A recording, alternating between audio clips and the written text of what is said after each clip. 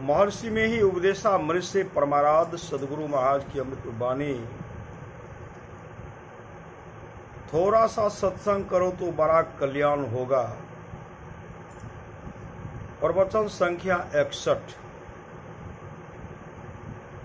बंदो गुरुपद कंद कृपा सिंधु नररूप हरि। महामोह तम पुंज जासु वचन रवि करनी करो। धर्मानुरागिनी सज्जन वृंद, सत्संगति दुर्लभ संसारा। निमिष दंड भरी एकों बारा।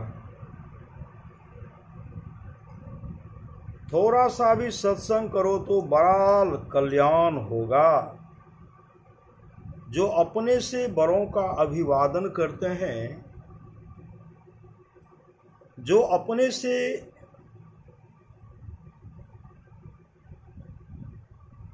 बड़े का अभिवादन करते हैं, भगवान बुद्ध कहते हैं उनकी 4 चीजें बढ़ती हैं।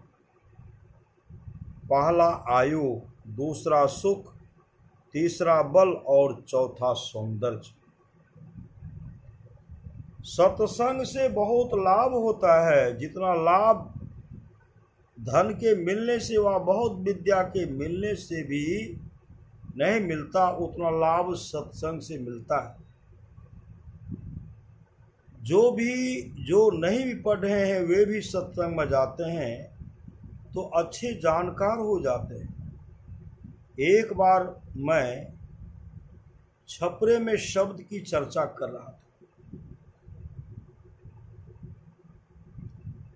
श्रवणात्मक, ध्वन्यात्मक, वर्णात्मक विधि 3 विविध।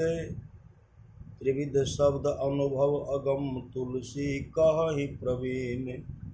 तुलसी शब्द। वहां कोई एक व्यक्ति थे। वे यद्यपि बहुत कम पढ़े लिखे थे, तथापि साधु संतों के संग से उनको जानकारी थी। उन्होंने कहा इसके अलावे भी और शब्द है, वह है श्रुतात्मक। मैंने पूछा आपने कहाँ सुना? उन्होंने कहा एक नानक पंथी साधु से जाना हूं। श्रुतात्मक शब्द ही राम नाम सार शब्द है। साधु संग करना बड़ा लाभ है। सब कोई सत्संग कीजिए। प्रत्येक शनिवार को यहाँ सत्संग होता है, उसमें आइए। आप लोगों को मैं आशीर्वाद करता हूँ। जो प्रणम्य है उनको प्रणाम करता हूँ। सबको सलाह देता हूँ कि सत्संग कीजिए। हाथरस के संत तुलसी साहब ने घट रामायण में लिखा है, ठाठ ठठ सत्संग करे। बहुत लोगों को मिला जुलाकर सत्संग करो। जैसे घर बनाने में ठाठ बनाते हैं, कौरव बत्ती बनाते हैं, उसी तरह बहुत लोग मिल जुल कर सत्संग करो। बिना एक के दो नहीं होता, इसलिए पहले एक खुट्टा चाहिए। पहल जब मैं भजन भेद लिया तो मेरे पास कोई नहीं आते थे। मेरे पास कोई नहीं आते थे। गुरु महाराज कहते थे कि ये पढ़ते थे, इनकी मति खराब हो गई। एक कबीर पंथी साधु मेरे पास आते थे। उन्होंने कहा कि अमुक महात्मा जो कहते थे वही बात ये कहते हैं।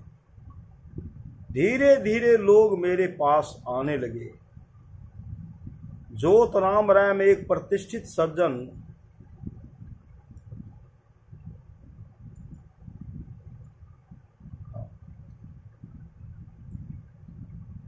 ज्योतराम राय में एक प्रतिष्ठित सज्जन यदु बाबू थे। वे सत्संग में आए। धीरे धीरे वहां भी प्रचार हो गया और आज इस सत्संग का कितना विस्तार हो गया, यह आप लोग प्रत्यक्ष देख ही रहे हैं। मेरे कहने का मतलब यह है कि सत्संग में एक आदमी मजबूत चाहिए, उसका सदाचारपन, सच्चाईपन, उसके हिलमिल कर रहने के स्वभाव से लोग प्रभावित होंगे और सत्संग में आएंगे। सत्य बोले, प्रिय बोले, कटु न बोले, सत्यं ब्रूयात प्रियं ब्रूयात, न ब्रूयात सत्यम प्रियम। अर्थात सत्य बोलो, प्रिय बोलो, कभी अप्रिय सत्य न बोलो। अर्थात सत्य बोलो, प्रिय बोले, अर्थात सत्य बोले, प्रिय बोले, कभी अप्रिय सत्य न बोले। नित्य नियमित रूप से सत्संग कीजिए, सत्संग से खाली कोई नहीं रहिए। श्री सद्गुरु महाराज की जय। यह प्रवचन दिनांक 27/4/1974 को कटिहार जिला अंतर्गत श्री संत सत्संग मंदिर मणिहारी में हुआ था। श्री सद्गुरु महाराज की जय। शुक्तिकरण।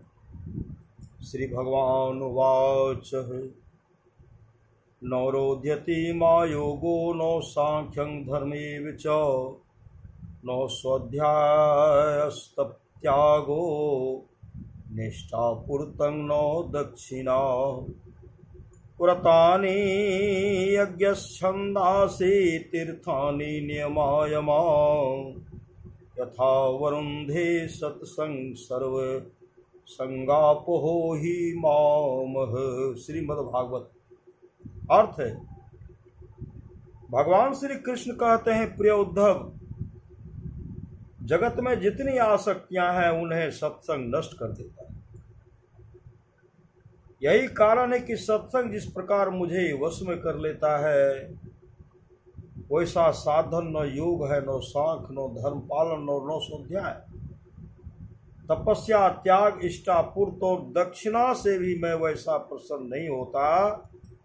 कहाँ तक कहूं, व्रत, यज्ञ, वेद, तीर्थ और यम नियम भी सत्संग के समान मुझे वश में करने में समर्थ नहीं है। श्री सद्गुरु महाराज की जय।